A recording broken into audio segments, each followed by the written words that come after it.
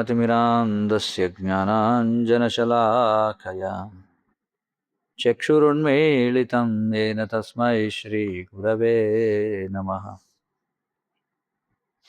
नम ॐ विष्णुपादाय कृष्णप्रेष्ठाय भूतले श्रीमते भक्तिविकासस्वामिन्निति नामिने।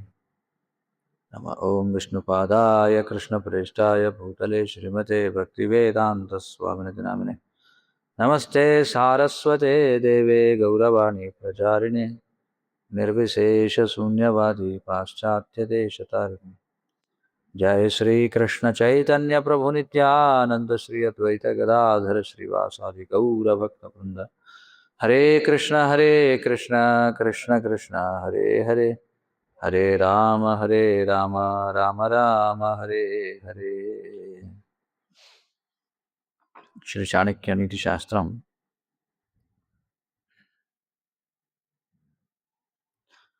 13వ అధ్యాయం 18వ శ్లోకం. ఏకాక్షర ప్రదాతారం యో గురుం నాభివందతే శ్వానయో నిశతం గత్వా చాండాలేష్వభిజాయతే. ఏకాక్షర ప్రదాతారం యో గురుం నాభివందతే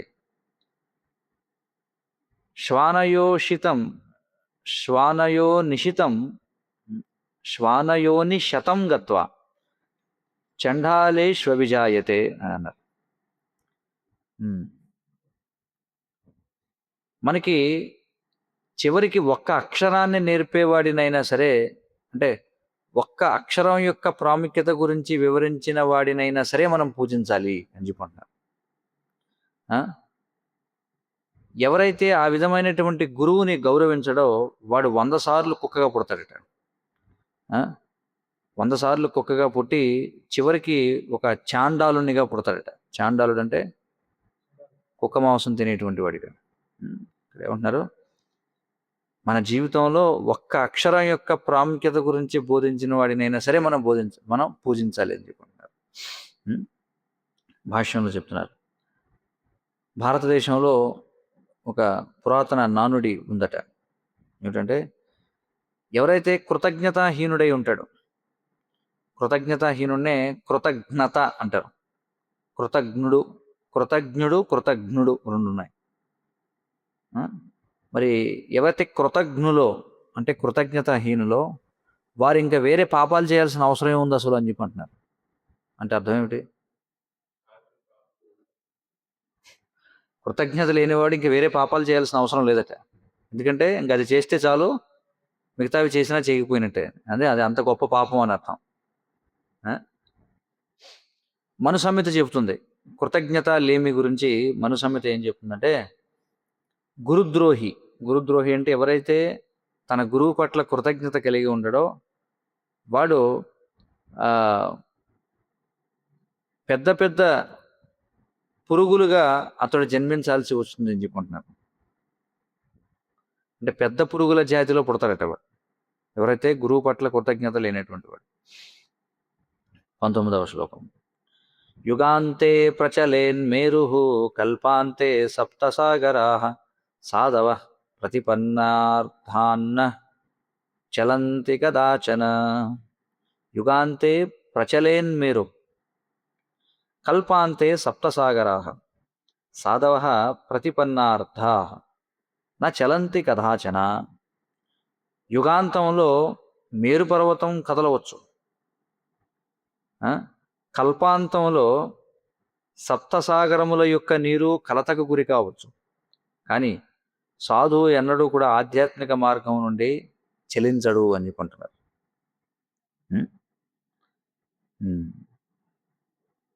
అర్థమైంది కదా ఏమంటున్నారు?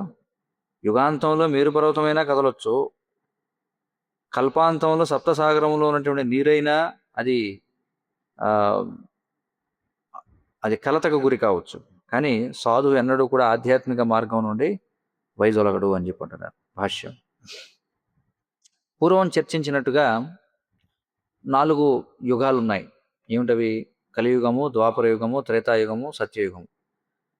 కలియుగాన్నే ఐరన్ ఏజ్ అంటారు, ఇనుప యుగం. మనం చూడొచ్చు కలియుగంలో ఎంత ఇనుము వాడతామో మనం, ప్రతిదానికి కూడా ఇనుమే. ఆ? ఒకసారి సవ్యసాచి ప్రభు వచ్చినప్పుడు ఒక గృహస్థుని ఇంటికి వెళ్ళాం. వెళితే ఆ గృహం అంతా కూడా ఇనుము మీదే కట్టుందనమాట. ఆయన చూసి ఐరన్ ఏజ్ అని చెప్పన్నారు. ఇనుప యుగం. ద్వాపర యుగం అంటే అది తామ్రయుగం అట. తామ్రయుగం అంటే రాగి యుగం. త్రేతాయుగం అనేది వెండి యుగం. సత్యయుగం అనేది స్వర్ణయుగం అనమాట. కలియుగం యొక్క నిడివి ఎంత? 4,32,000 సంవత్సరాలు. ద్వాపరయుగం దానికి 2 త్రేతాయుగం కలియుగానికి 3 సత్యయుగం కలియుగానికి 4. మరి ఈ కాల గణన ఏదైతే ఉందో, ఈ కల్పం యొక్క కాల గణన 13వ అధ్యాయం మొదటి శ్లోకంలో చెప్పబడిందని చెప్పంటున్నారు. 13వ అధ్యాయం మొదటి శ్లోకంలో ఏం చెప్పారు చూద్దాం.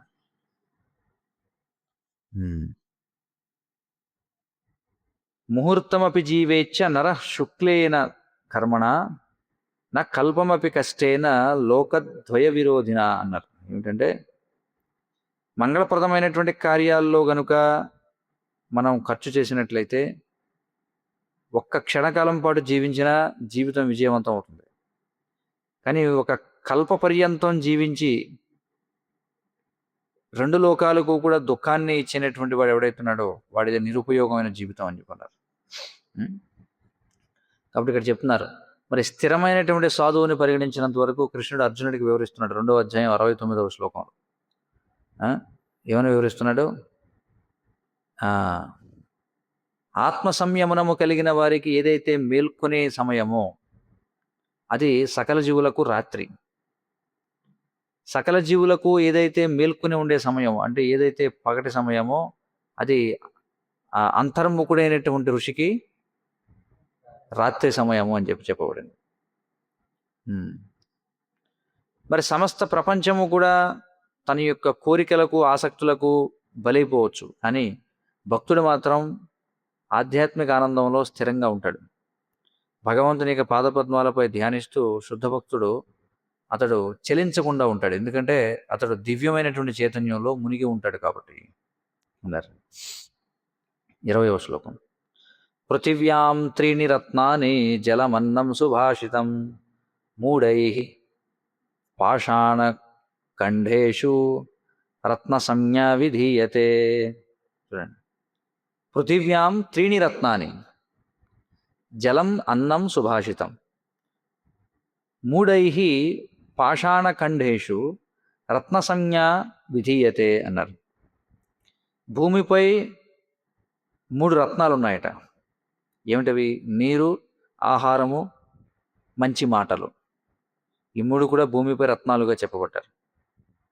మూర్ఖులు మాత్రమే రాయిని రత్నాలుగా పరిగణిస్తారట. మనకు తెలుసు కదా, రత్నాలు అంటే రాళ్లే కదా, రకరకాల రంగురాళ్ళు. కానీ అవి కాదట నిజమైన రత్నాలు. నిజమైన రత్నాలు ఏమిటట? నీరు, ఆహారము, మంచి మాటలు, అంటే సుభాషితములు అని చెప్పన్నారు. భాష్యం. ప్రసాద రూపంలో ఉన్నటువంటి ఆహారము మరియు నీరు అవి అత్యంత ప్రియమైనటువంటివి అందరికీ కూడా.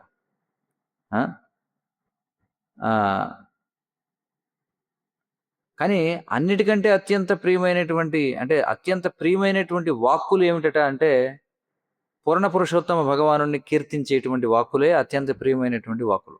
ఎందుకంటే ఇక్కడ 3 చెప్పారు కదా, ఆహారము, నీరు, సుభాషితము అని చెప్పన్నారు, అంటే మంచి మాట. మరి ఆహారము, నీరు, ఏ ఆహారము ఏ నీరు? భగవత్ ప్రసాద రూపంలో ఉన్నటువంటి ఆహారము, నీరు అవి అత్యంత ప్రియమైనటువంటివి అందరికీ. మరి ఏ పలుకులు అత్యంత ప్రియమైనవి అంటే భగవంతుణ్ణి కీర్తించేటువంటివి ఏవైతే ఉన్నాయో అవి అత్యంత ప్రియమైనటువంటి వాక్కులు. మరి ఇవి కేవలం కృష్ణ కథ మాత్రమే కాదు, భక్తియుతమైనటువంటి భజనలు ఏవైతే దివ్యనామాలను, లక్షణాలను, లీలలను, వైభవాలను, భగవంతుని యొక్క అనుచరులను కీర్తించేవి ఏవైతే ఉన్నాయో అవి కూడా మరి అత్యంత ప్రియమైనటువంటి పలుకులుగా చెప్పబడతాయి. మరి ఈ 16 శబ్దములు కలిగినటువంటి, ఈ 16 పదములు కలిగినటువంటి మహామంత్రం ఏదైతే ఉందో అది అసంఖ్యాకమైనటువంటి జీవులను ఉద్ధరించింది. ఆ? ఆ, ఉమ్.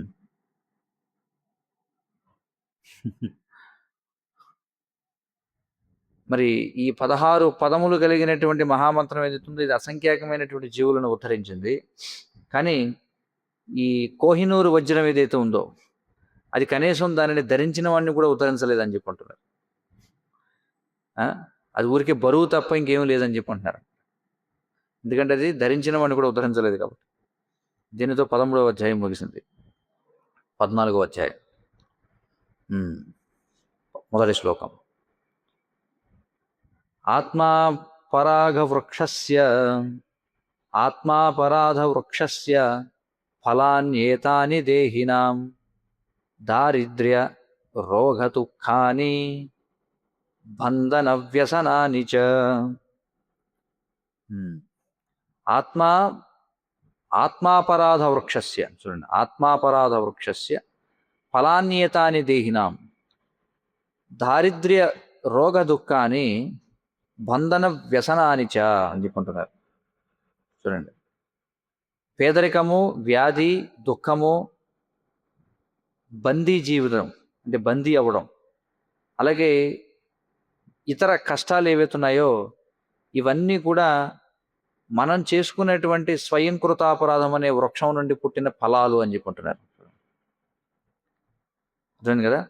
స్వయంకృతాపరాధం అంటే ఏమిటి? మనం చేసుకునేటువంటి పాపాలు. చూడండి, మనం చేసుకునేటువంటి పాపాలు అనే చెట్టుకి కాసిన పళ్ళటు ఇవన్నీ ఏమిటవి?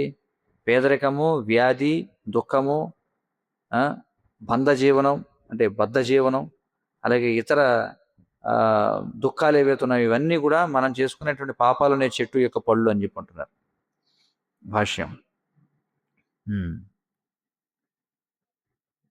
మరి మనుషుల హృదయాల్లో ఏ విధమైనటువంటి భూతం ఉందో ఎవరికి తెలుసు? మనుషుల హృదయాల్లో ఏ విధమైనటువంటి భూతం దాక్కుందో ఎవరికి తెలుసు? ఎవరికి తెలుసు చెప్పండి? పరమాత్మకు తెలుసు, అలాగే యమరాజుకు తెలుసు. అంతే కదా? మరణానికి అధిదేవత అయినటువంటి యమరాజుకు తెలుసు. మరి పూర్వం ఎప్పుడో మనం నాటుకున్నటువంటి పాప బీజములు ఏవైతే ఉన్నాయో వాటి వలన కలిగేటువంటి దుఃఖం ఏదైతే ఉందో అది ఈ జీవితంలో మన పూర్వ జీవితం యొక్క ఫలాలుగా పండుతుందన్నమాట.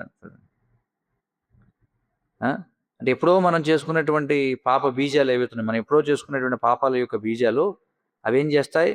మనం చేసినటువంటి పూర్వకర్మల యొక్క ఫలితాలను మనకి ఈ జీవితంలో ఇస్తాయి.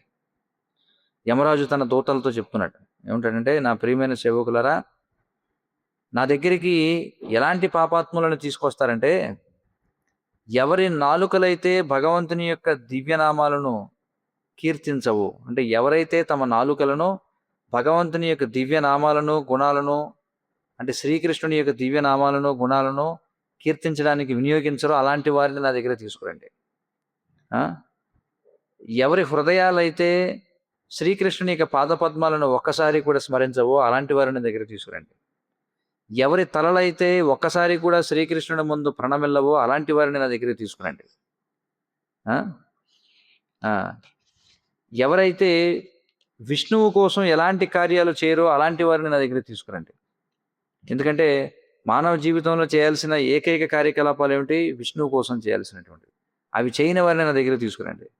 కాబట్టి ఈ విధమైనటువంటి మూర్ఖులను నా దగ్గర తీసుకురండి అని చెప్పి అంటున్నాడు యమరాజు. శ్రీమద్ భాగవతం 6వ స్కందం 3వ అధ్యాయం 29వ శ్లోకం ఏమంటున్నాడు? ఎవరైతే తమ నాలుకలను దివ్య నామాలను శ్రీకృష్ణుని యొక్క వైభవాలను కీర్తించడానికి వాడరో, ఎవరి హృదయాలైతే శ్రీకృష్ణుని పాదపద్మాలను ఒక్కసారి కూడా స్మరించవో, ఎవరి తలలైతే ఒక్కసారి కూడా శ్రీకృష్ణుని ముందు ప్రణమిల్లవో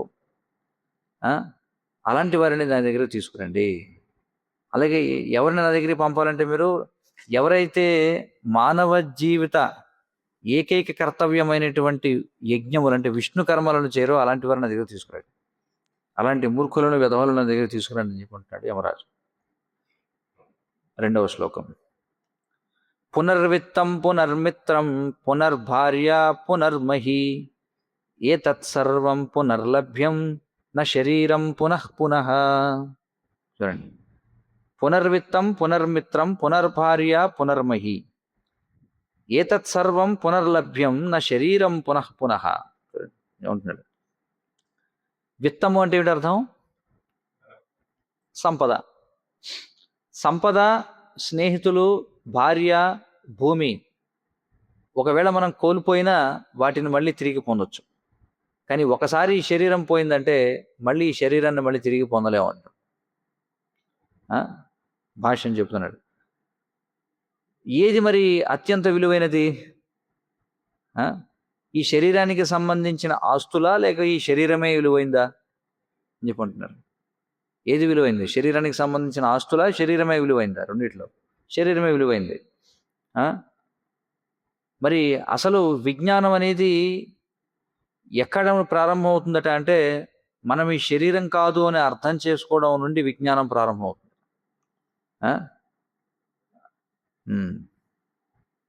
అయినప్పటికీ ఎవరైతే ఋషి అయినటువంటి వాడు ఉంటాడో అతడు తన యొక్క శరీరాన్ని భగవంతుడిచ్చినటువంటి అరుదైన బహుమానంగా సంరక్షించుకుంటాడు. ఎందుకంటే ఈ శరీరం అనేది కేవలం ఈ ఈ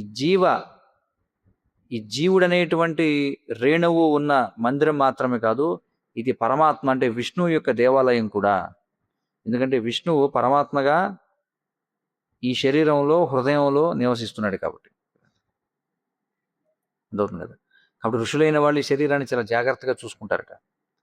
ఎందుకంటే ఏ భావంతో ఈ శరీరంలో నేనున్నానని కాదు, ఎవరున్నారని? పరమాత్మగా విష్ణువు ఉన్నాడని చెప్పి. మానవ రూపంలోని శరీరం ఏదైతుందో అది మరి లక్షలాది జీవజాతుల్లో అత్యంత అరుదైనటువంటి బహుమానం. బద్ధజీవికి తనను తాను దివ్యత్వానికి ఉద్ధరించుకునే అవకాశం ఉంటుంది, అలాగే మోక్షం సాధించుకునేటువంటి అవకాశం ఉంటుంది. లేదా ఈ అవకాశాన్ని విసిరిపాడేసి ఇంద్రియ భోగం ద్వారా అధోగతి కూడా పాలయ్యే అవకాశం కూడా ఉంటుంది. ఏ జన్మలో? మానవ జన్మలో. మరి ఈ అరుదైనటువంటి అవకాశాన్ని వినియోగించుకొని కృష్ణ చైతన్యవంతులు అవ్వకుండా మనం వృధా చేసుకున్నట్టయితే ఈ జీవితాన్ని, మరి ఈ మానవ జన్మ అనేటువంటి అరుదైన వరం ఏదైతుందో ఇది మళ్ళీ లక్షలాది సంవత్సరాల సంసారం పాటు ఉన్నా కూడా మళ్ళీ మనకు దొరక్కపోవచ్చు అని చెప్పుకుంటున్నారు. కాబట్టి అవకాశం దొరికింది కాబట్టి దాన్ని సద్వినియోగపరుచుకోవాలి. అందుకే ప్రహ్లాదుడు కూడా ఏమంటున్నాడు? దుర్లభం మానుషం జన్మ తదపి అద్రువం అర్థదం అని చెప్పుకుంటాడు. మరి మానుష జన్మ అనేది అత్యంత దుర్లభమైనటువంటిది, మళ్ళీ మళ్ళీ దొరకదు. అది తాత్కాలికమైనది అయినప్పటికీ అర్థవంతమైనటువంటిది అంటున్నాడు. 3వ శ్లోకం. బహూనాం చైవ సత్వానాం సమవాయోరిపుంజయః వర్షధారాధరో మేఘః తృణైరపి నివార్యతే. బహూనాం చైవ సత్వానాం సమవాయో రిపుంజయః వర్షధారాధరో మేఘః తృణైరపి నివార్యతే అని చెప్పుకుంటున్నాడు. శత్రువుని పెద్ద సంఖ్యలో గుమిగూడడం ద్వారా జయించవచ్చు. ఎవరిని? శత్రువుని పెద్ద సంఖ్యలో గుమిగూడడం ద్వారా మనం జయించవచ్చు. ఎలాగంటే ఈ వర్షాకాలం వల్ల ఏర్పడేటువంటి ఈ మట్టి కొట్టుకుపోవడం అనేది ఏదైతుందో అది ఈ గడ్డి ఏదైతే ఉంటుందో చూడండి, ఈ గుంపులు గుంపులుగా ఉండేటువంటి గడ్డి వలన వర్షాకాలంలో మట్టి కొట్టుకుపోకుండా ఉంటుంది. అలాగే ఇక్కడ ఏమంటున్నారంటే శత్రువుని మనం జయించవచ్చు. ఏ విధంగా అంటే గుమిగూడడం ద్వారా, అంటే సంఘే బలం అన్నట్టుగా. మనం భాష్యం శ్రీల ప్రభుపాదుల వారు ఈ క్రింది ఉదాహరణ ఇచ్చారు. దేనికి అంటే కృష్ణ చైతన్యంలో మనం ఏ విధంగా విజయం సాధించవచ్చు అనే దాని గురించి. ఏంటి ఆ ఉదాహరణ? ఈ గడ్డి అనేది చాలా ఎలా ఉంటుంది? బలహీనంగా ఉంటుంది. కానీ అనేక గడ్డి పూసలను మనం కలిపి పేనినట్లయితే అది ఒక తాడుగా మారుతుంది. అది ఒక ఏనుగునైనా నియంత్రిస్తుంది. అంతే కదా, గడ్డి పరక అని చెప్పి అంటాం. గడ్డి పరక లెక్కలోదా? గడ్డి పరకలాగా తీసి పడేసాడు అని చెప్పి అంటారు. బలహీనంగా ఉంటుంది గడ్డి పరక. కానీ ఈ గడ్డితోటే ఏం చేస్తారు, తాళ్ళు పేనుతారు. మీరు చూసారో లేదు? పూర్వం చూసేవాళ్ళం, ఇప్పటికీ కూడా ఎంట్లు అంటారు వాటిని. ఎంట్లు తెలుసా? ఎంట్లు. తాటాకు కప్పు కుట్టిన తర్వాత పైన వరిగడ్డి వేస్తారు. వరిగడ్డి వేసాక ఎంట్లు వేస్తారు. ఎంట్లు అంటే ఈ వరిగడ్డితోనే తాళ్ళు పేనుతారనమాట. ఆ తాడు చక్కగా రకరకాల ఒక అలంకరణగా వేస్తారన్నమాట ఇంటిపై. ఇంట్లో వేయడం అని చెప్పంటారు. ఈ రోజుల్లో బరకాలు వేసుకునే తాళ్ళు కట్టుకుంటున్నారు. టార్పాలిన్ షీట్లు వేసుకొని, లేకపోతే రోడ్ల మీద దొరికే బ్యానర్లు వేసుకొని వాటిని తాళ్ళతో కట్టుకుంటున్నారు అనమాట. ఇది ఆధునిక పురోగతి అంటే. కాబట్టి ఇక్కడ ఏమంటున్నారంటే, గడ్డి అది చాలా బలహీనంగా ఉంటుంది. కానీ అనేక గడ్డి పోచలను మనం కలిపి పేనినట్లయితే అది ఏనుగుని కూడా నియంత్రించగలదు. మరి శ్రీల ప్రభుపాదుల వారు ఆయన మందలిస్తున్నారనమాట. ఏమనేవారంటే, నా పట్ల మీకున్నటువంటి ప్రేమని కలిసికట్టుగా పనిచేయడం ద్వారా చూపించండి అని చెప్పంటున్నారు. ఇఫ్ యు లవ్ మీ అంటే, ఒకవేళ మీరు నన్ను ప్రేమించినట్లయితే కలిసికట్టుగా పనిచేసి చూపించండి నా కోసం అని చెప్పంటున్నారు. కాబట్టి ఈ గడ్డి పూసలు ఏవైతే పేనబడతాయో వాటికి అనేకమైనటువంటి ఆచరణాత్మక ఉపయోగాలు ఉన్నాయి ఇక్కడ చెప్తున్నారు. లక్షలాది సంవత్సరాల పాటు అంటే యుగాలుగా మరి ఈ పర్ణశాలలు అంటే ఈ గడ్డితో ఆకులతో కప్పబడినటువంటి ఇంటి పైకప్పులు ఏవైతే ఉన్నాయో ఈ భారతదేశంలో అవి వర్షాకాలంలో ఇల్లు తడిచిపోకుండా లోపల పొడిగా ఉండడానికి ఇవి ఉపయోగపడేవి చాలా ప్రభావవంతంగా అని చెప్తున్నారు. అంతే కదా, లక్షలాది సంవత్సరాలుగా అదే కదా అందరూ గ్రామాల్లో చేసింది. ఇప్పుడు అంటే ఏదో వచ్చేసింది కాబట్టి అవన్నీ మర్చిపోయారు జనం. కానీ మళ్ళీ ఇవన్నీ పోతే మళ్ళీ దానికి వెళ్ళాలి చివరికి. అలాగే ఒక పర్వత సానువులు అంటే పర్వతం యొక్క ఏవైతే సానువులు ఉంటాయి కదా, వాటిపోయినటువంటి మట్టి కొట్టుకోకపోకుండా ఈ గడ్డి కాపాడుతుంది అనమాట, వర్షాకాలం కొట్టుకెళ్ళిపోకుండా. ఇక ఈ శ్లోకంలో చెప్పబడినటువంటి వర్ష అనే దాని గురించి వస్తే, వైదిక లెక్కను అనుసరించి సంవత్సరంలో 2 నెలల ఋతువులు ఉన్నాయి. వాటిని షడ్ ఋతువులు అని చెప్పంటాం. అంటే షడ్ ఋతువులు సరళంగా చెప్పాలండి. 2 నెలల ఋతువులు అంటే 2 నెలల కాలాలు. 2 నెలల కాలాలు ఉన్నాయి. వాటిని 6 ఋతువులు అని చెప్పంటాం, షడ్ ఋతువులు. ఏమిటి ఋతువులు? వసంత ఋతువు, గ్రీష్మ ఋతువు, వర్ష ఋతువు, శరద్ ఋతువు, హేమంత ఋతువు, శిశిర ఋతువు అని చెప్పి. 4వ శ్లోకం. జలే తైలం ఖలే గుహ్యం పాత్రే దానం మనాగపి ప్రాజ్ఞే శాస్త్రం స్వయం యాతి విస్తారం వస్తు శక్తితః. జలే తైలం ఖలే గుహ్యం పాత్రే దానం మనాగపి ప్రాజ్ఞే శాస్త్రం స్వయం యాతి విస్తారం వస్తు శక్తితః. ఏమన్నారు చూడండి. తైలము మరియు నీరు. ఇక్కడ ఏమంటున్నారు? నీటిపై తైలం, నీటిపై తైలం. అలాగే ఒక అధముడికి చెప్పినటువంటి రహస్యము.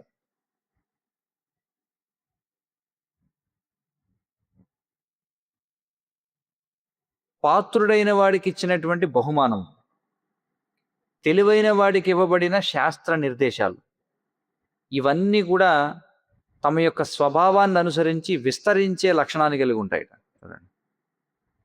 ఇప్పుడు చెప్పినవన్నీ కూడా విస్తరిస్తాయి, ఎందుకంటే వాటి లక్షణం కాబట్టి. ఏమిటవి? నీటిపై ఒక తైల బిందువుని వేయండి, ఏమవుతుంది? అది విస్తరించిపోతుంది కదా. అలాగే ఒక అధముడికి చెప్పినటువంటి రహస్యం, అది కూడా ఏమవుతుంది? విస్తరించిపోతుంది. పాత్రత కలిగిన వాడికి ఇచ్చినటువంటి బహుమానం, పాత్రత కలిగిన వాడికి బహుమానం ఇస్తే ఏం చేస్తాడు? దాన్ని సద్వినియోగపరుచుకుంటాడు, దాని లాభాన్ని అందరికీ పంచుతాడు, లేదా ఇచ్చినట్టుగా అందరికీ చెప్తాడు. అలాగే తెలివైన వాడికి, ఒక మేధావికి ఇచ్చినటువంటి ఆధ్యాత్మిక ఉపదేశాలు ఏం చేస్తాడు? అతను ఉపదేశాన్ని దాచిపెట్టుకుంటాడు, అది అందరికీ పంచుతాడు. వీటన్నిటికీ కూడా తమ స్వభావరీత్యా విస్తరించేటువంటి లక్షణం ఉంది అని చెప్పుకుంటున్నారు. భాష్యం చెప్తున్నారు, సరైన కాలంలో మీ విత్తనాలు వేయండి, అంతేగాని పంది ముందు ముత్యాలు విరజమ్మొద్దు అని చెప్పి అంటున్నారు. పంది ముందు ముత్యాలు విరజమ్మితే ఏమవుతుంది? పంది ముందు ముత్యాలు విసిరితే ఏమన్నా ప్రయోజనం ఉంటుందా? ఉండదు కదా. ఇక ఆధ్యాత్మిక ఉపదేశాలను విస్తృతంగా పంచడం అనే విషయానికి వస్తే శ్రీల ప్రభుపాదుల ఉదాహరణ చూడండి. ఆయన ఒంటరి సాధువు. ఆయన అమెరికాలో చేరుకున్నారు. ఆయన భారతదేశం నుంచి వచ్చారు. ఎలా వచ్చేటప్పుడు శ్రీమద్ భాగవతం కొన్ని సంపుటాలను తనతో పాటు తీసుకొచ్చారు. ఆ తర్వాత ఆయన ఏం చేశారు? ఒక ప్రపంచవ్యాప్తమైనటువంటి ఒక ధర్మ ప్రచార సంస్థను ఆయన ప్రారంభించగలిగారు. అంటే ఎలాంటి సమయంలో అయితే, ఏ సమయంలో అయితే ధర్మం అనేది నశించిపోయిందో దాదాపుగా, అలాంటి సమయంలో శ్రీల ప్రభుపాదుల ఒంటరిగా భారతదేశం నుండి అమెరికాకు వచ్చి కొన్ని శ్రీమద్ భాగవత గ్రంథాలను తీసుకుని ఒక ప్రపంచవ్యాప్త ధార్మిక సంస్థని ఏర్పాటు చేశారు. చూడండి, అది ఇక్కడ ఉదాహరణ. అంటే ఏ విధంగా ఆధ్యాత్మిక ఉపదేశాలు సరైన వ్యక్తి చేతిలో ఉంటే ఎలా విస్తరిస్తాయనే దాని గురించి. 5వ శ్లోకం. ధర్మాఖ్యానే శ్మశానే చ రోగిణాం యా మతిర్భవేత్ సా సర్వదైవ తిష్టేచ్చేత్ కోన ముచ్చేత బాంధవాత్ కోన ముచ్చేత బంధనాత్ అని చెప్పుకుంటున్నారు. ఏమన్నారు చూడండి. ధర్మాఖ్యానే శ్మశానే చ రోగిణాం యా మతిర్భవేత్ సా సర్వదైవ తిష్టే సా సర్వదైవ తిష్టే చేత్ కోనముచ్చేత బంధనాత్ అని చెప్పుకుంటున్నారు.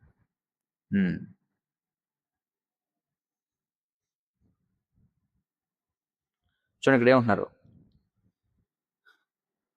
ఎప్పుడైతే ధార్మిక ఉపదేశాలను శ్రవణం చేసేటప్పుడు మన యొక్క మనస్థితి ఏదైతే ఉంటుందో, ధార్మిక ఉపదేశాలను వినేటప్పుడు మన యొక్క మానసిక స్థితి ఎలా ఉంటుంది? బాగుంటుంది కదా. కాబట్టి ఎల్లప్పుడూ ఆ విధమైనటువంటి మానసిక స్థితిని కలిగి ఉండడం వలన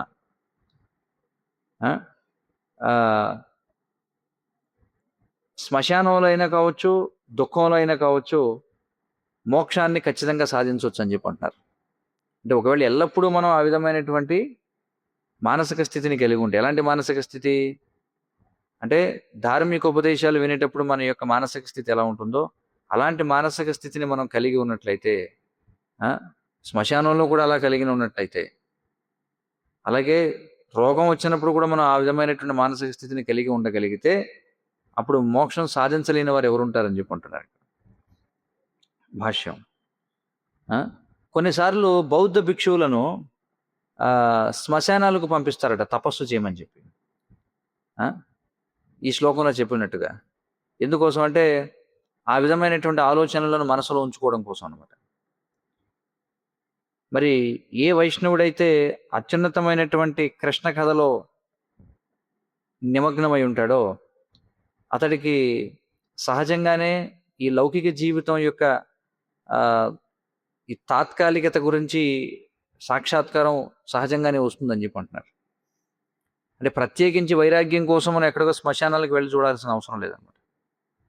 వైరాగ్యం కలగడానికి శ్మశానానికి వెళ్ళాల్సిన అవసరం ఉందా? వైష్ణవులకు అవసరం లేదు. ఎందుకంటే ఎప్పుడైతే మనం కృష్ణ కథను వింటామో, అత్యున్నతమైనటువంటి కృష్ణ కథను వినడంలో మునిగి ఉంటామో, అప్పుడు సహజంగానే ఈ వైరాగ్యం అనేది, అంటే ఈ లౌకిక జీవనపు ఈ తాత్కాలికత్వం ఏదైతే ఉందో దాని గురించిన సాక్షాత్కారం మనకు కలుగుతుంది సహజంగానే. 6వ శ్లోకం. ఉత్పన్న పశ్చాత్తాపస్య బుద్ధిర్భవతి యాదృశీ తాదృశీ యది పూర్వం స్యాత్ కస్య స్యాన్మహోదయః. ఉత్పన్న పశ్చాత్తాపస్య బుద్ధిర్భవతి తాదృశీ బుద్ధిర్భవతి యాదృశీ తాదృశీ యది పూర్వం స్యాత్ కస్య స్యాన్మహోదయః. వ్యక్తి యొక్క మేధస్సు చూడండి, పాపం చేయకముందు ఉన్నటువంటి వివేకం ఏదైతే ఉందో, పాపం చేయకముందు ఏ విధంగా అయితే మన వివేకం ఉండేదో, పశ్చాత్తాప పడిన తర్వాత కూడా అదే విధమైనటువంటి తెలివి మనకు ఉంటే గనక అప్పుడు పరిపూర్ణతను సాధించిన వాడు ఎవడుంటాడని చెప్పి అంటున్నారు. అర్థం ఏమంటున్నారు? If one's intelligence were just as bright before sinning as it is during repentance. చూడండి, అంటే పశ్చాత్తాపడేటప్పుడు, అంటే పాపం చేయడానికి ముందు మన యొక్క వివేకం అనేది ఎంత స్పష్టంగా ఉంటుందో, పశ్చాత్తాపడేటప్పుడు కూడా అదే విధంగా ఉంటే అప్పుడు పరిపూర్ణతను సాధించిన వాడు ఎవడుంటాడు అని చెప్పి అడుగుతున్నాడు. భాష్యం చూద్దాం. ఈ శ్లోకంలో చాణక్య పండితుడు ఈ తపస్య అంటే తపస్సును ఆయన కీర్తిస్తున్నాడు అనమాట. తపస్య అంటే ఏమిటి? ఆత్మ నియంత్రణను స్వతహాగా స్వీకరించడం. దేనికోసం? జీవితంలో అత్యున్నతమైన లక్ష్యాన్ని చేరుకోవడం కోసం. అంటే ఉన్నత లక్ష్య సాధన కోసం అధమమైన ఇంద్రియ భోగాన్ని విడిచిపెట్టడం అన్నమాట. మరి సకల తపస్సులు, అలాగే విద్య, యోగ సాధన, అలాగే వ్రతాలు, కామ్యకర్మలు, ధార్మిక కార్యకలాపాలు, ఇవన్నీ కూడా అంతిమంగా దేనికోసం ఉన్నాయంటే శ్రీకృష్ణ భగవాను సంతృప్తిపరిచి ఆయనని చేరుకోవడం కోసం. ఇది శ్రీల సూత గోస్వామి చాలా స్పష్టంగా చెప్తారు భాగవతంలో. భాగవతం మొదటి స్కందం 2వ అధ్యాయం 28, 29 శ్లోకాల్లో ఆయన చెప్తారు. ఏమంటారంటే, వాసుదేవ పరావేద వాసుదేవ పరామకాహ వాసుదేవ పరాయోగ వాసుదేవ పరాక్రియా వాసుదేవ పరం జ్ఞానం వాసుదేవ పరం తపః వాసుదేవ పరో ధర్మో వాసుదేవ పరాగతి అని చెప్పారు. అంటే శాస్త్రాలలో జ్ఞానము యొక్క అంతిమమైనటువంటి లక్ష్యం ఏమిటో చెప్పబడింది. ఎవరు? ఈ జ్ఞానం యొక్క అంతిమమైనటువంటి లక్ష్యం వసుదేవుని పుత్రుడైనటువంటి శ్రీకృష్ణుడు, పూర్ణ పురుషోత్తమ భగవానుడు. యజ్ఞాలు చేసేది కూడా ఆయనను సంతృప్తిపరచడానికి, యోగ సాధన చేసేది ఆయన సాక్షాత్కారం పొందడానికి, సకల కామ్యకర్మలు అంతిమంగా ఆయన చేతనే ఫలితాలు ఇవ్వబడుతున్నాయి. ఆయనే అత్యున్నతమైనటువంటి జ్ఞానం. ఆయనే ఈ తీవ్రమైనటువంటి తపస్సులు చేసేది కూడా ఆయనని తెలుసుకోవడం కోసమే. ఈ ధర్మం అంటే ఏమిటి? ఆయనకు ప్రేమపూర్వకమైనటువంటి సేవ చేయడమే. ఆయనే జీవితపు సర్వోన్నతమైనటువంటి లక్ష్యము అని చెప్పి చెప్తున్నారు. మరి హిరణ్యకశిపుల్లాగా, రావణుల్లాగా ఈనాటి ఆసురికమైనటువంటి రాజకీయ నాయకులు ఎవరైతే ఉన్నారో వారు ఏదో ఒక భౌతికమైనటువంటి లాభం కోసం తీవ్రమైనటువంటి తపస్సు చేయొచ్చు, కానీ అది నిజమైనటువంటి తపస్సు కాదు. కేవలం ఏ తపస్సు అయితే భగవంతునికి సంతృప్తి కోసం స్వీకరించబడుతుందో దానికి మాత్రమే శాశ్వతమైనటువంటి ఫలితాలు అనేవి ఉంటాయి. మిగిలిన ఎలాంటి తపస్సు చేసినా ఫలితాలు క్షణికంగానే ఉంటాయి. శాశ్వతమైనటువంటి ఫలితాలు కావాలంటే ఎవరి కోసం తపస్సు చేయాలి? భగవంతుని సంతృప్తి కోసం మనం తపస్సు చేయాలి. అది ఇక్కడ విశేషం అన్నమాట. 7వ శ్లోకం. దానే తపసి శౌర్యవా దానే తపసి శౌర్యేవా విజ్ఞానే వినయే నయే విస్మయో నహి కర్తవ్యో బహురత్నావసుంధర. దానే తపసి శౌర్యేవా విజ్ఞానే వినయే నయే విస్మయో నహి కర్తవ్యో బహురత్నావసుంధర. మనం ఇచ్చేటువంటి దానంలో, మనం చేసే తపస్సులో, మన యొక్క వీరత్వంలో, మన యొక్క శాస్త్రజ్ఞానంలో, మన యొక్క దర్పంలో, మన యొక్క నైతికతలో మనం ఎప్పుడు కూడా గర్వపడకూడదు. ఎందుకంటే రత్నాలు అనేవి భూమి అంతటా ఉంటాయి కాబట్టి అంటున్నారు. అర్థమైంది ఏం చెప్తున్నారు అంటే? దీని అర్థం ఏమిటి?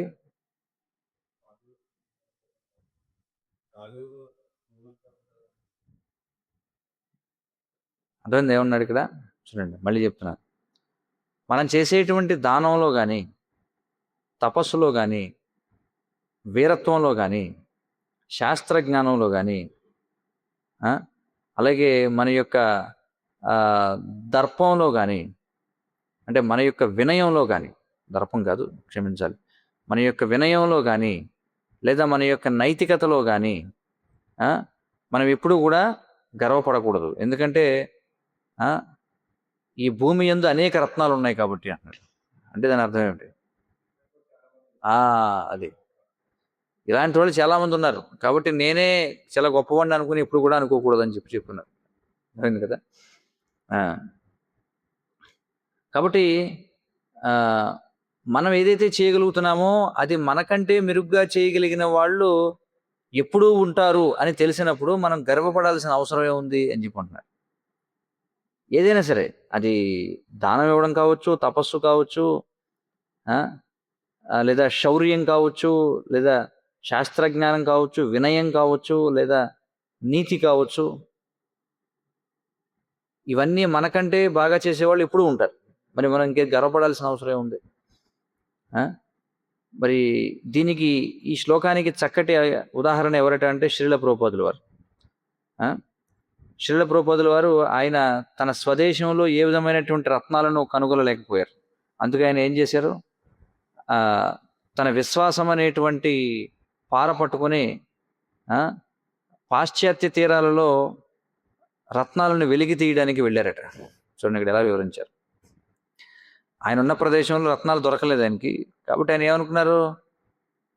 ఇంకా లేరని అనుకోలేదు ఎక్కడ కూడా. ఏం చేశారు? సరే పార పట్టుకుని ఎక్కడికి వెళ్ళారట? పాశ్చాత్య తీరాలకు వెళ్ళారట.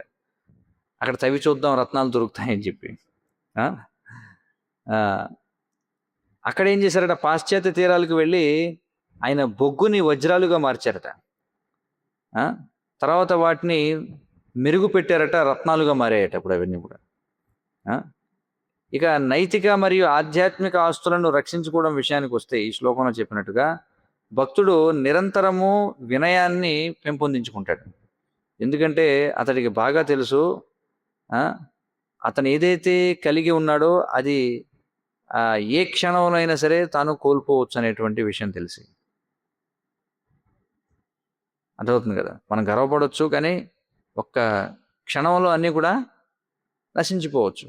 అందుకే భక్తుడు ఎప్పుడు కూడా నిరంతరం ఈ వినయాన్ని పెంపొందించుకుంటాడని చెప్పుకుంటారు. 8వ శ్లోకం. దూరస్థోపి న దూరస్థో యో యస్య మనసి స్థితః యో యస్య హృదయే నాస్తి సమీపస్థోపి దూరతః. దూరస్థోపి న దూరస్థో యో యస్య మనసి స్థితః యో యస్య హృదయే నాస్తి సమీపస్థోపి దూరతః. ఏమన్నాడు చూడండి.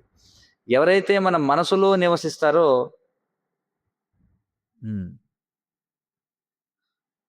వాళ్ళు చాలా చాలా దూరంగా ఉన్నప్పటికీ మనకి దగ్గరగా ఉన్నట్టు అని చెప్పుకుంటున్నారు. ఎవరైతే మన మనసులో నివసిస్తారో వారు వాస్తవంగా చాలా దూరంగా ఉన్నప్పటికీ మనకు దగ్గరగా ఉన్నట్టు. కానీ ఎవరైతే మన హృదయంలో లేరో వారు పక్కనే ఉన్నప్పటికీ వాళ్ళు చాలా దూరంగా ఉన్నట్టు అని చెప్పుకుంటున్నారు. భాష్యం చెప్తున్నారు. శ్రీల ప్రభుపాదుల వారు తన యొక్క శ్రీమద్ భాగవతాన్ని అంకితం చేస్తూ ఈ విధంగా రాశారనమాట. అంకితం రాస్తారు కదా, అందులో ఏమి రాస్తారంటే, ఇది ఎవరికి అంకితం ఇస్తున్నాను నేను? శ్రీల ప్రభుపాద భక్తి సిద్ధాంత సరస్వతి గోస్వామి మహారాజుల వారికి, నా ఆధ్యాత్మిక గురువుకి. ఎప్పుడు ఆయన యొక్క 26వ వార్షిక తిరోభావ మహోత్సవం నాడు ఆయనకి అంకితం ఇస్తున్నాను. ఆయన ఎల్లప్పుడూ కూడా తన యొక్క దివ్యమైన ఉపదేశాలలో జీవిస్తూ ఉంటారు.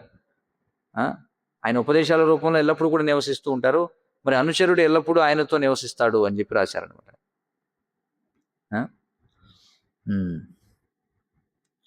ఏ విధంగా అయితే ఏ 2 మంచుగడ్డలు ఒకే విధంగా ఉండవు,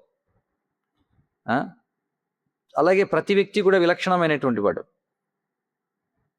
మరి ఈ వ్యక్తిత్వ భేదం ఏదైతే ఉందో అదే మరి సంబంధాలకు, వివిధ వ్యక్తుల మధ్య వినిమయాలకు ఒక ఆధారంగా ఉంది అని చెప్పుకుంటున్నారు.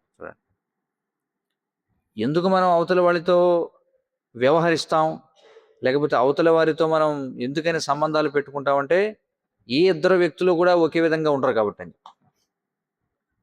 అంటే సంబంధాలు అనేవి ఎప్పుడు ఏర్పడతాయంటే భిన్నమైనటువంటి వ్యక్తుల మధ్య సంబంధాలు ఏర్పడతాయి. ఒకే విధంగా ఉన్నారని కూడా ఇద్దరు, ఇంకే అందులో వినిమయం ఏముంటుంది ఇచ్చిపుచ్చుకోవడానికి? మీకు అర్థమవుతుందా లేదు?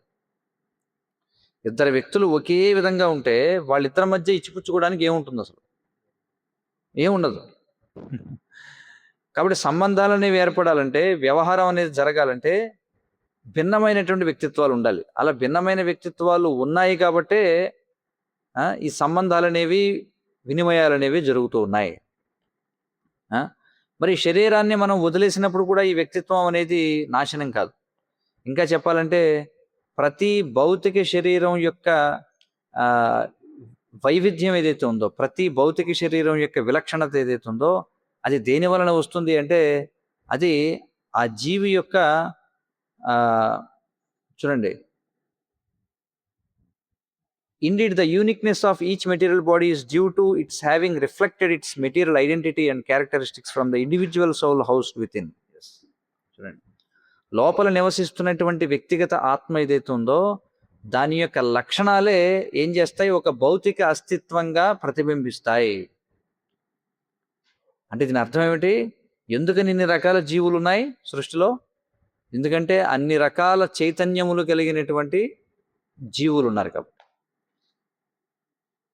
కాబట్టి వైవిధ్యం అనేది భౌతిక పదార్థంలో ఉందా, లేకపోతే అంటే ఇన్ని రకాల జీవులు ఎందుకు ఉన్నాయి? ఇది ప్రశ్న. ఇక్కడ సమాధానం ఏమిటి? లేదా ఇన్ని రకాల వ్యక్తిత్వాలు, ఇన్ని రకాల శరీరాలు ఎందుకు ఉన్నాయి?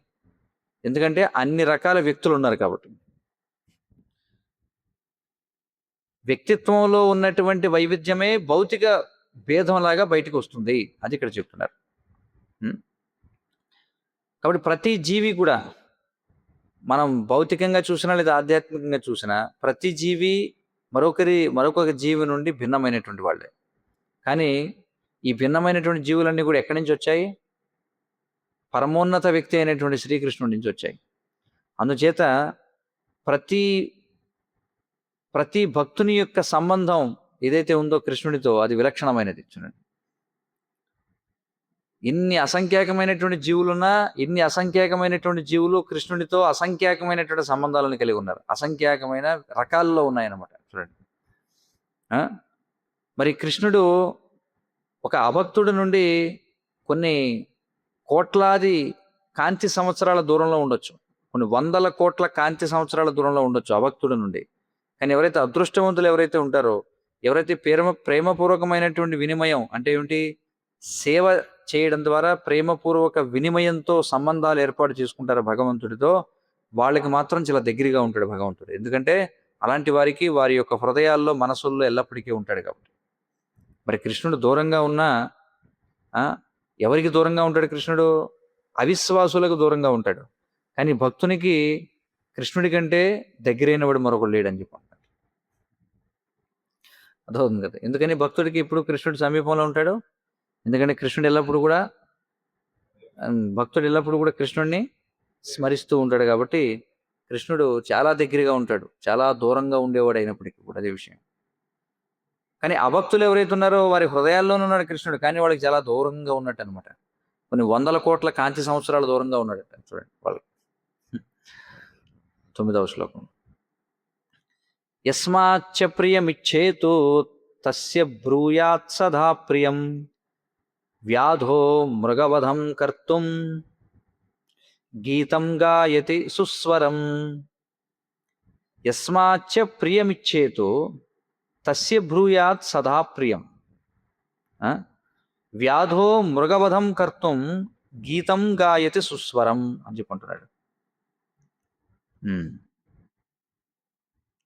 చూడండి, ఇక్కడ ఏమంటున్నారు, ఎవరి నుంచి అయితే నువ్వు ఒక ప్రయోజనాన్ని పొందాలనుకుంటున్నావు, ఎవరి నుంచి అయితే నువ్వు ఒక సహాయమును కానీ, ఎవరి నుండి అయితే నువ్వు ఒక లాభాన్ని కానీ ఆశిస్తున్నావో,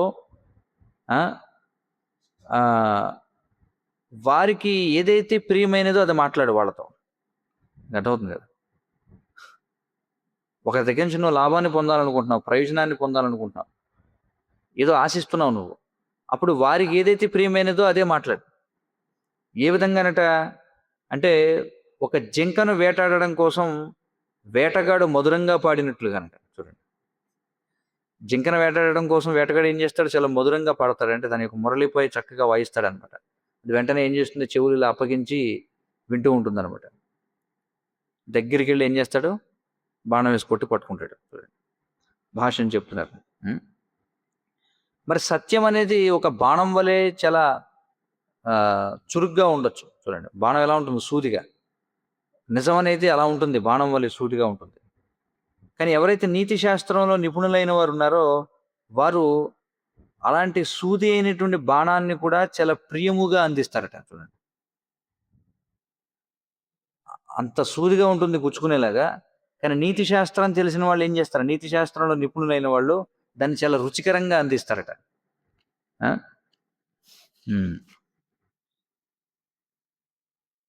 మరి ఏదైతే ఈ కమ్యూనికేషన్ అంటే ఏమిటి అంటే ఈ సమాచార వినిమయం అంటే అవతల వాళ్ళతో మాట్లాడడం అనేది ఏదైతే ఉందో దానికి ఈ టాక్ట్ఫుల్నెస్ అంటే ఏమిటి సమయస్ఫూర్తి ఏదైతే ఉందో లేకపోతే ఈ నిపుణత ఏదైతే ఉందో అదే మూలం అని చెప్పి అంటున్నారు. దేనికి మూలం? అవతల వారితో మనం కమ్యూనికేట్ చేయాలంటే, అవతల వారితో మనం సంబంధాలని మనం కలిగి ఉండాలంటే. అయితే ఆ విధంగా చేయడం అనేది నిజాయితీ లోపం కాదు అని చెప్పి అంటున్నారు. అర్థవుతుంది కదా, అది నిజాయితీ లోపం కిందకి రాదు. అదేమిటి నువ్వు అలా ఎందుకు మాట్లాడుతున్నావు అని చెప్పి ఎవరైనా అనొచ్చు. కానీ ఈ tactfulness is the basis of communicating అని చెప్పి అంటారు. అంటే చాలా చతురత చూడండి, అది ఇక్కడ టాక్ట్ఫుల్నెస్ అంటే చతురత అన్నమాట. ఈ చతురత అనేది ఉండాలన్నమాట. గొప్ప చాతుర్యంతో మనం విషయాన్ని అవతల వాళ్ళకి తెలియజేయాలి. కానీ ఆ విధంగా చాతుర్యంతో తెలియజేయడం అనేది అదేదో నిజాయితీ లేకపోవడానికి సంకేతం కాదు అని చెప్పి అంటున్నారు. శ్రీల ప్రభుపాదుల వారు ఎప్పుడు కూడా హెచ్చరిస్తూ ఉండేవారు. ఏమనంటే పాలిటిక్స్ మీన్స్ పొలైట్ అని చెప్పి అంటున్నారు. ఏమన్నారు? పాలిటిక్స్ మీన్స్ పొలైట్ అంటే రాజకీయాలంటేనే మర్యాదగా వ్యవహరించడం అని చెప్పి అంటున్నారు.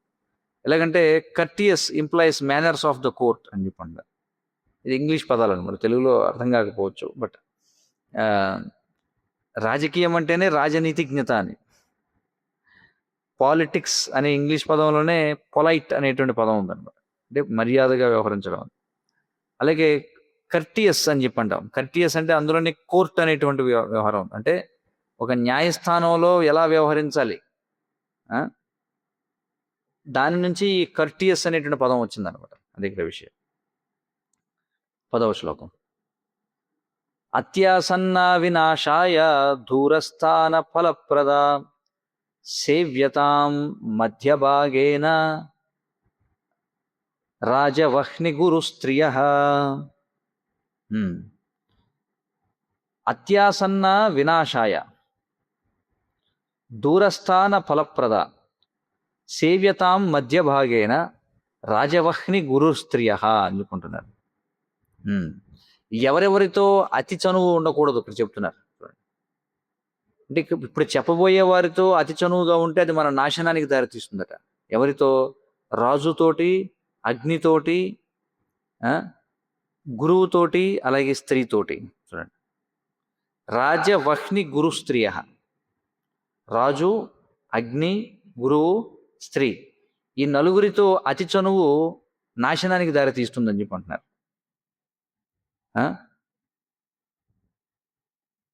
ఇంకొక మాట కూడా చెప్తున్నారు. అలాగని చెప్పి దూరంగా ఉన్నాం అనుకోండి, మనకు వచ్చే లాభం కూడా రాదట. చూడండి, అలాగని దూరంగా ఉంటే, అంటే చాలా దూరంగా ఉండిపోయాం అనుకోండి, మనకు రావాల్సినటువంటి లాభాన్ని మనం పొందలేం. అందుకని ఇప్పుడు చెప్పబడిన నలుగురితో మన యొక్క సాంగత్యం ఎలా ఉండాలంటే సరైన దూరం పాటిస్తూ ఖచ్చితంగా వారితో సాంగత్యం చేయాలని చెప్పంటున్నారు. అంటే వారితో మనం సహవాసం చేయకుండా ఉండలేము, వారితో సంబంధం లేకుండా ఉండకూడదు. కానీ ఎలా ఉండాలట సంబంధం అనేది? సరైనటువంటి దూరాన్ని పాటిస్తూ మనం వారితో సాంగత్యం చేయాలట. దగ్గరగా ఉంటే నాశనం అవుతామని చెప్పి బాగా దూరంగా ఉన్నాం అనుకో, మనకు రావాల్సిన ప్రయోజనం రాదు. అంతే కదా. గురువుకి, రాజుకి, అగ్నికి, స్త్రీకి దూరంగా ఉండిపోయాం అనుకోండి, పూర్తిగా మనకు రావాల్సిన ఇది రాదు. అలాగని అతి దగ్గరగా ఉంటే మనం నాశనం అయిపోతాం. అందుకే ఏం చేయాలి? ఎంత దూరం ఉండాలో అంత దూరాన్ని కలిగి ఉండాలి. బైబిల్లో చెప్పబడింది ఏమనంటే, good fences make good neighbours అని చెప్పంటారు. మంచి సరిహద్దులు మంచి ఇరుగు పొరుగు వారిగా తయారు చేస్తాయని. సరిహద్దు సరిగా లేదనుకోండి, వాడు ఏం చేస్తాడు? వీడు దాంట్లోకి వెళ్తాడు, వాడు దీంట్లోకి వస్తాడు, గొడవలు అవుతుంటాయి. అందుకే చాలామంది గోడలు కట్టేసుకుంటారు మధ్యలో. అప్పుడు అంత స్నేహం బాగుంటుందా? బాగున్నారా, పలకరించుకుంటారు. అలాగే భాష్యం. మరి చాలామంది సాధకులు తమను తాము తమ గురువుతోటి లేదా తమకంటే పెద్దవారితోటి మేము సమానులం అనేటువంటి భావనలో ఉండడం వల్ల మోక్షాన్ని సాధించే అవకాశాన్ని కోల్పోయారట చాలామంది. అవుతుంది కదా. Many an aspirant has wrecked his opportunity for salvation. మోక్షాన్ని సాధించేటువంటి అవకాశాన్ని చాలామంది నాశనం చేసుకున్నారు. ఎందుకని? తమకంటే పెద్దవారితో లేదా ఆధ్యాత్మిక గురువులతో తాము సమానము అని భావించడం వలన. There was a would-be member who was not satisfied with the International Society for Krishna Consciousness. International did not go far enough for him. Hence he founded the Intergalactic Love Trance Society. ఒక వ్యక్తి కృష్ణ చైతన్య సంఘంలో సభ్యుడు అవుదాం అనుకున్నాడట. కానీ అతనికి నచ్చలేదట పేరు. ఇది సంఘం పేరు నచ్చలేదట. సంఘం పేరేమిటి? అంతర్జాతీయ కృష్ణ చైతన్య సంఘం ఉంది కదా, అతడికి అంతర్జాతీయ అనేది నచ్చలేదట. అందుకని అతడు ఏం చేశాడట, ఈ సంఘంలో చేరకుండా ఏం చేశాడంటే ఇంటర్ గ్యాలాక్టిక్ లవ్ ట్రాన్స్ సొసైటీ అని పెట్టుకున్నాడట. అంటే అంతర్విశ్వ ప్రేమ సమాజం అని దాన్ని స్థాపించాడు. అంటే ఈ భూమి మీద ఉన్న దేశాలు సరిపోలేదు వాడికి. ఏకంగా ఏది ఒక బ్రహ్మాండాలకి మధ్య ప్రేమ సమాజం అని ఒక దాన్ని స్థాపించాడట. అంటే అతడు ఏమనుకున్నాడంటే, ఏమిటి ఈ సంస్థ వాళ్ళు కేవలం భూమి మీద ఉన్న దేశాల మధ్యనే ప్రేమని ఏర్పరుస్తున్నారు, అలా కాదు మనం ఖగోళంలోకి వెళ్ళిపోవాలి అనుకున్నాడట. చూడండి. అయితే తనను తాను స్వర్గలోకాలకు అధిరోహించడం అనేది పక్కన పెడితే, ఈ ఇంటర్ గెలాక్టిక్ లవ్ స్వామి ఎవరైతే ఉన్నాడో అతడు ఏం చేశాడట, 7 సంవత్సరాల పాటు జైల్లో ఉండాల్సి వచ్చిందట. ఎందుకంటే మరీ అత్యంత ప్రేమ కురిపించారట తన యొక్క మహిళా శిష్యుల మీద. అందుకని తీసుకెళ్లి జైల్లో పడేశాను. అర్థమైంది కదా. అందుచేత శ్రద్ధాలు అయినటువంటి శిష్యుడు ఎప్పుడు కూడా తనను తాను ఆధ్యాత్మిక గురువుతో సమానమని భావించకూడదు. అతడు ఎప్పుడు కూడా he must never attempt to improve, change, alter or criticize the teachings of the Acharya if he is serious about spiritual advancement అని చెప్పుకుంటున్నారు. అతడు ఎన్నడూ కూడా ఆధ్యాత్మిక గురువు యొక్క బోధనలు ఏవైతే ఉన్నాయో వాటిని ఇంకా అభివృద్ధి చేయడానికో, వాటిని మార్చడానికో, లేదా వాటిని విమర్శించడానికో ప్రయత్నం చేయకూడదట. ఒకవేళ నిజంగా అతడు ఆధ్యాత్మిక పురోగతిపై అతనికి శ్రద్ధ ఉంటే అని చెప్పుకుంటున్నారు. అలా అనుకునే ఈయన ఏం చేశాడు, ఈయన ఇంటర్ గెలాక్టిక్ స్వామి ఇంటర్నేషనల్ అనేది నచ్చలేదు కాబట్టి ఇంకొక సంస్థ పెట్టాడు. వెళ్ళి చివరికి ఏమైంది, అతి ప్రేమ ఎక్కువైపోయి మహిళా శిష్యుల మీద ప్రేమ కురిపించేటప్పటికి తీసుకువెళ్ళి జైల్లో పడేశారు 7 సంవత్సరాల పాటు. అందుకే అతి చనువు అనర్థాలకు దారితీస్తుంది. అందుకే నియమ నిబంధనలన్నీ ఖచ్చితంగా ఉండాల్సిందే వ్యవహారాలకు మధ్య. లేకపోతే ఏమవుతుంది, మనం మన అవకాశాన్ని కోల్పోయినవాడు. హరే కృష్ణ కృష్ణ కృష్ణ హరే హరే, హరే రామ రామ రామ హరే హరే. ఏమైనా ప్రశ్నలు సూచనలు ఉంటే చెప్పండి.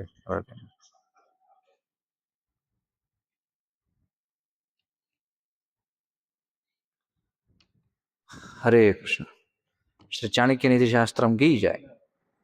శ్రీల ప్రభుపాద కీ జై. వాంఛాకల్పతరుభ్యశ్చ కృపా సింధుభ్యో పతితానాం పావనేభ్యో వైష్ణవేభ్యో నమో నమః. संसार दावानन्दलीलोका ज्ञानाय कारुण्य घनाघनाख्यम् सकलनगुणार्णवस्य वन्दे गुरश्रीचरणारविन्दम्.